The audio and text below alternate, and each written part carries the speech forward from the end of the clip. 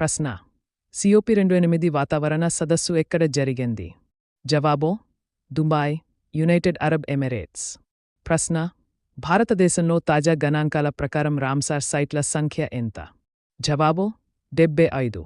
ప్రశ్న: భారతదేశంలో అత్యంత ఎత్తైన శిఖరం భారత భూభాగంలో ఏది? జవాబు: నందాదేవి. ప్రశ్న: ప్రపంచంలోనే పొడవైన నది ఏది? జవాబు: నైల్ నది.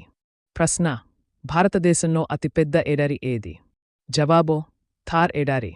ప్రశ్న: యునెస్కో ప్రపంచ వారసత్వ స్థలంగా 2023లో గుర్తింపు పొందిన భారతీయ స్థలం ఏది? జవాబు: శాంతినికేతన్. ప్రశ్న: భారతదేశంలో అత్యంత పొడవైన నది ఏది? జవాబు: గంగా నది.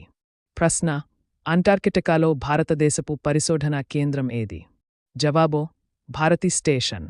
ప్రశ్న: భూమిపై అతిపెద్ద మహాసముద్రం ఏది? జవాబు: పసిఫిక్ మహాసముద్రం.